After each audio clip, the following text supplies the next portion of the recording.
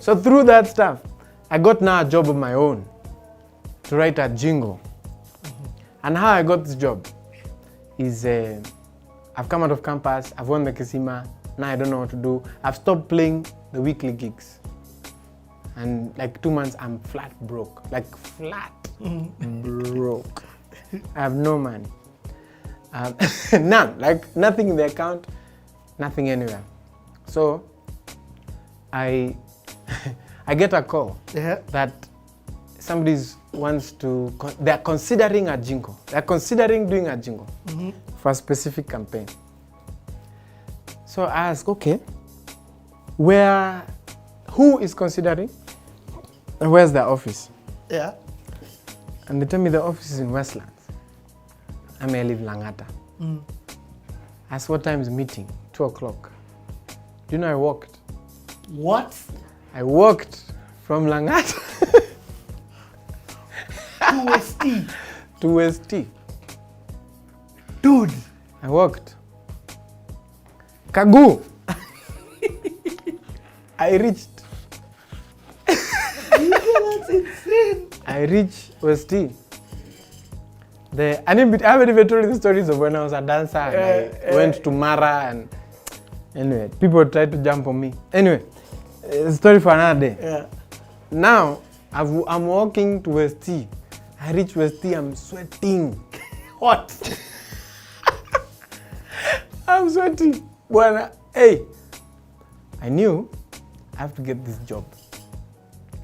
Whatever the case, I have to get this job. I don't know the budget, I don't know anything, but I have to get this job. So I go, we sit in a meeting, they're like, they think music could be an option, they think, and say, I did a presentation that I made there. Like I got there, I asked my friend for the computer, I made a presentation there.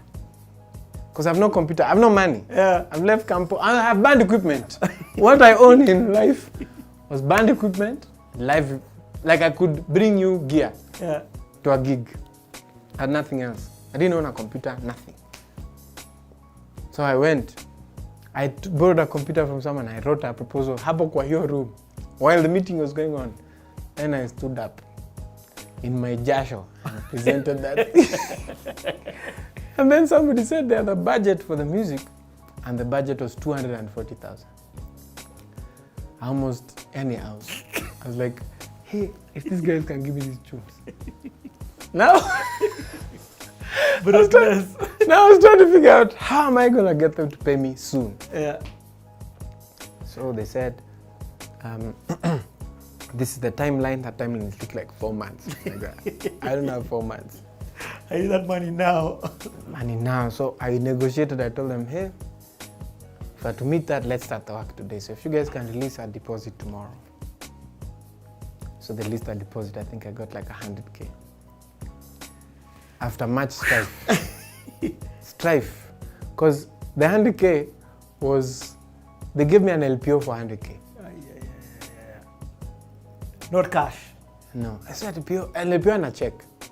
I don't have a bank account because in my previous business we had fungad. Now I'm started fresh. Yes. This after I looked for a bank in this town. I looked for a bank, man. I went to develop. They told me first you have to bring us this passport and 20K cash. I was like, which 20K cash, man? I don't have. I walked around, eventually ended up, now I'm walking home. I ended up walking through community.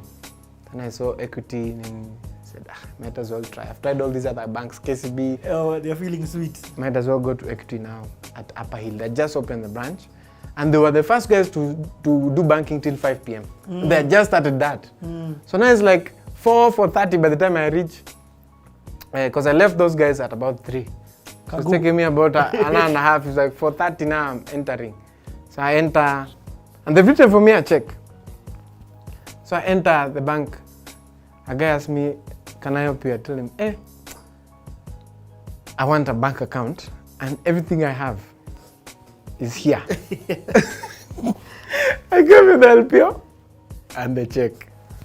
The guy looked at me, told me, I'll come. He went, do you have your ID? You have my ID. So he took the ID, he photocopied it on his own machine. He removed a camera, you know those little cameras that used to toa kakicho. He took a camera, he took a photo of me. He opened an account there and gave me and told me I'll bank the check. I banked the check. Then he wrote for me. Those days I used to have an overdraft kind of credit thing that was based on LPOs and checks. It's a new product. He wrote for me, he filled it in for me. He gave it to me, said, go upstairs and go now because they're going to close. I went upstairs to see credit section. I left that bank with 50K. Cash. Boss, you best still be at equity. I still have an account to do it, yeah. I went. I started to work on this jingle. I paid a guy studio time. We did this jingle. It was a bunch of jingles, a bunch of like radio ads. We do them, pack them, take them. Chums comes out in like 4 months. We struggle with Chums, but it comes out. When that final Chums comes, I pay everyone. I have 100K left. I go to Nipul's shop. I buy. I had a $50 mic that I had brought from the States back when I was there. Yeah. Then I got a $50 mic and a $20 sound card. Then my pal lent me his computer. Now I needed monitors. I bought 2 monitors, opened a studio inside my house.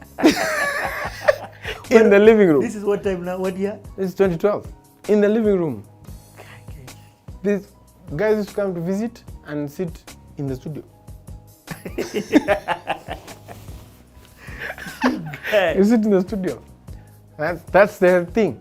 Now, that is the way. That's why I wrote "Made in Kenya." No, your in the living room, third album. my house. That's why I wrote "Made in Kenya." In the middle of "Made in Kenya," 2 things happened. You know, I've always been interested in technology. So even on campus to build websites, like this CSS stuff, we're doing a lot of it. I've been interested in that, and so someone called me about a fellowship, technology-based fellowship in the States. That they're looking for people who have technology backgrounds, they're coming from Global South. I didn't know these terms. And then, so I applied for this thing. You've been accepted for this fellowship in the States. You're supposed to report on this day in New York. Here's your air ticket, go to the visa appointment is on this day, go.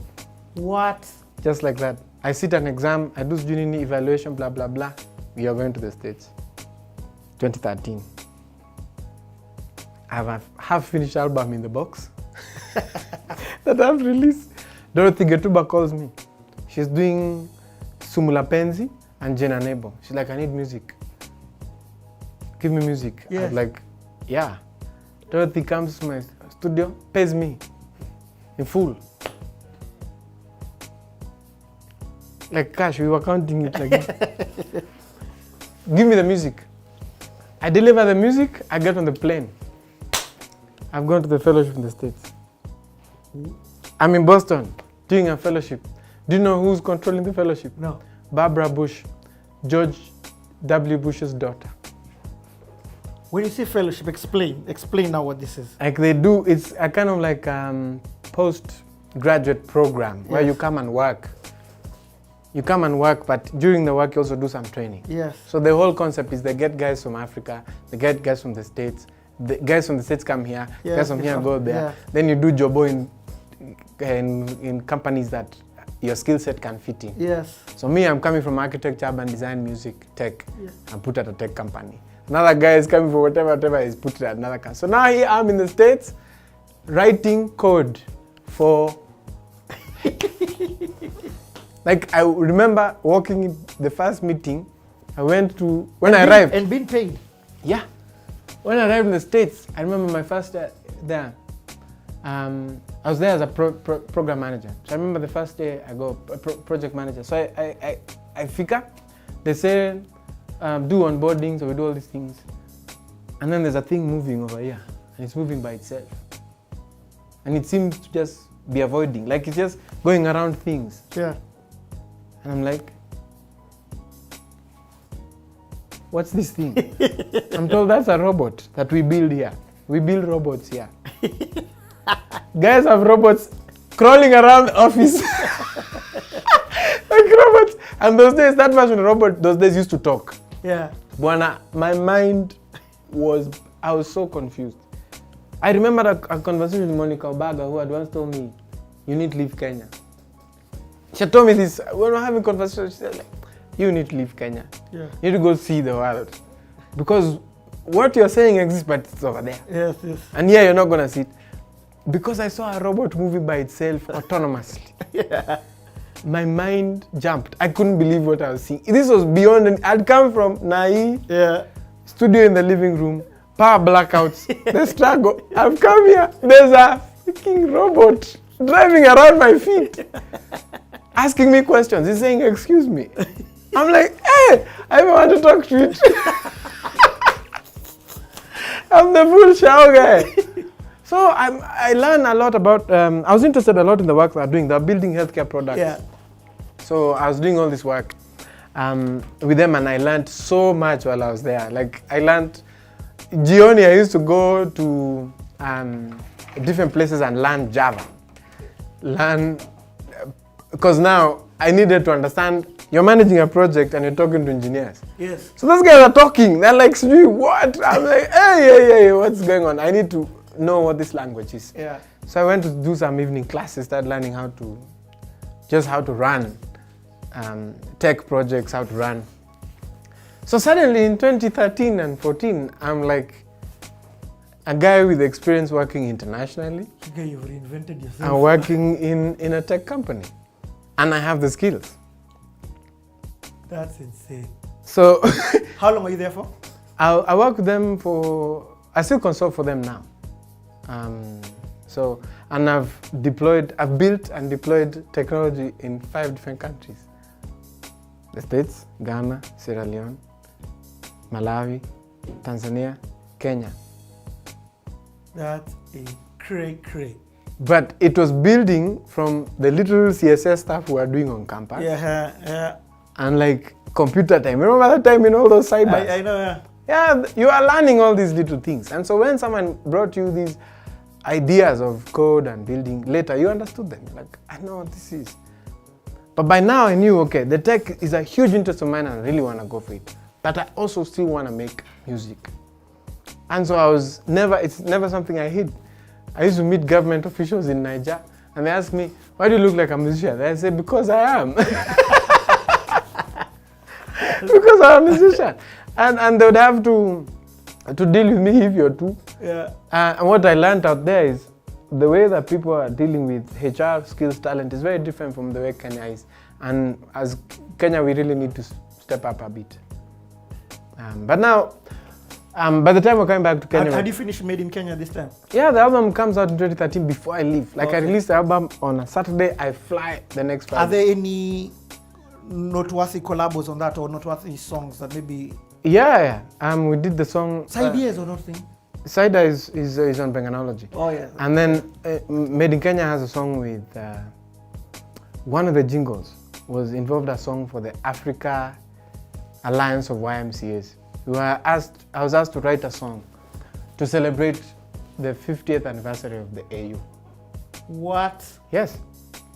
That song was going to be a collab between a Ghanaian artist, a South African artist, a Sierra Leone artist, and Kenyan artist. And we did that in 2013. So that album, that song came out around that time. And do you know who was in the song? Mm-hmm. King Kaka. At the time, his name was Kaka Sungura. And we had such a nice conversation. I'd never spoken to him in my life. Yeah. And then I called him. I told him my name is Dan Aceda. And I'm a musician and I'm a producer. And I really like your music. And right now I'm working on a project. I really like you to be on it. He said, inalipa mangapi. I told the guy, you do this. I have the client here. Okay? I have the client here. Uko wapi? Niambie pali uko. Ambia niko hapa na hapa, nikamsho wewe kaa tu hapo. Acha nitumendai kuchukue. So this guy goes, gets the guy comes. I tell the client, this song, you want to be successful with this guy. So the guy gets into the booth.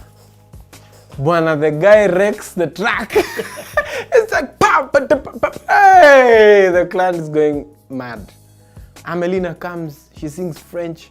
We have covered Francophone. The Ghanaian dude comes, sings English to Kosawa. The Sierra Leone guy comes. Now working with him was so interesting. Him was in Sierra Leone. We couldn't get him to come because there was a fight. Oh, there's drama going on. So he couldn't come. So now we are on the phone telling him to record. So I sent him the song. Do you know it took him 3 days to download the song? Cool. An MP3. What? It took him 3 days to download 9 megs. 3 days. 3 days. The guy told me I finally downloaded the song. You've downloaded the song today. So he records. It took him 4 days, 5 days to upload his vocals. I waited for that track. Wow, we were late.